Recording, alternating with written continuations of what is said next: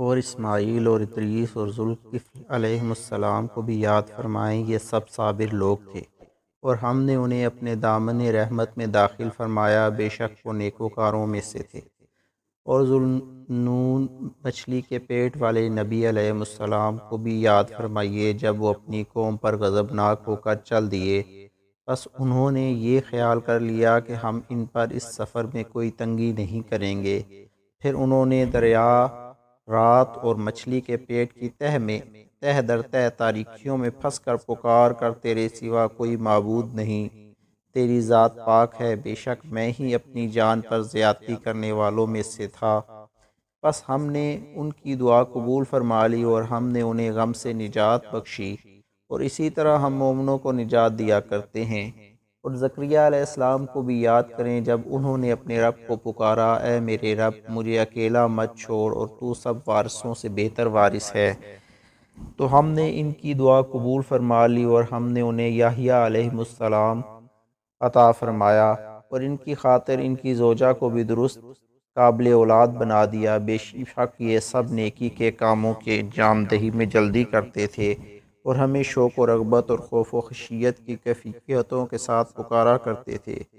اور ہمارے حضور بڑے عجز و نیاز کے ساتھ گڑ گڑاتے تھے۔ اور اس پاکیزہ خاتون مریم علیہ السلام کو بھی یاد کریں، جس نے اپنی عفت کی حفاظت کی،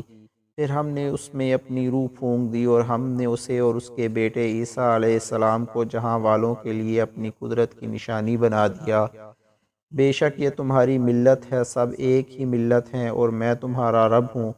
بس تم میری ہی عبادت کیا کرو۔ اور ان اہل کتاب نے آپس میں اپنے دین کو ٹکڑے ٹکڑے کر ڈالا،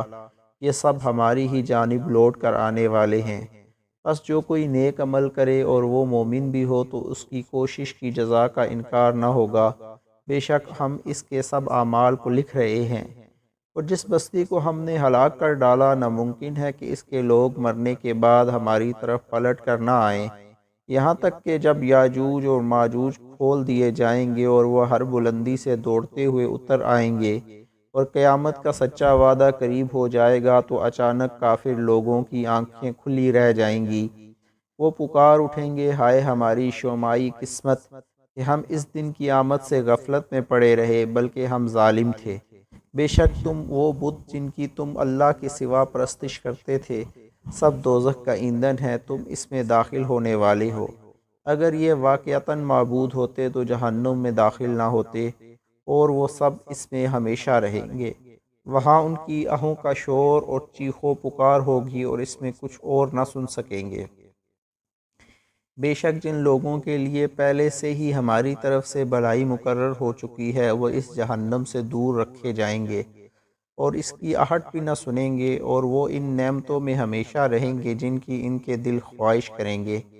اور روز قیامت کی سب سے بڑی ہولناکی بھی انہیں رنجیدہ نہیں کرے گی، اور فرشتے ان کا استقبال کریں گے اور کہیں گے، یہ تمہارا ہی دن ہے جس کا تم سے وعدہ کیا جاتا رہا۔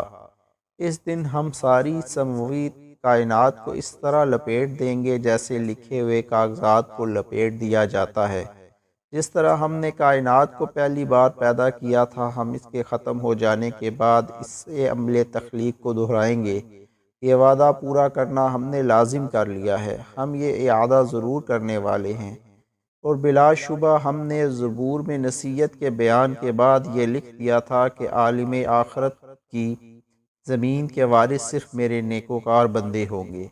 بے شک اس قرآن میں عبادت گزاروں کے لیے حصول مقصد کی کفایت اور ضمانت ہے،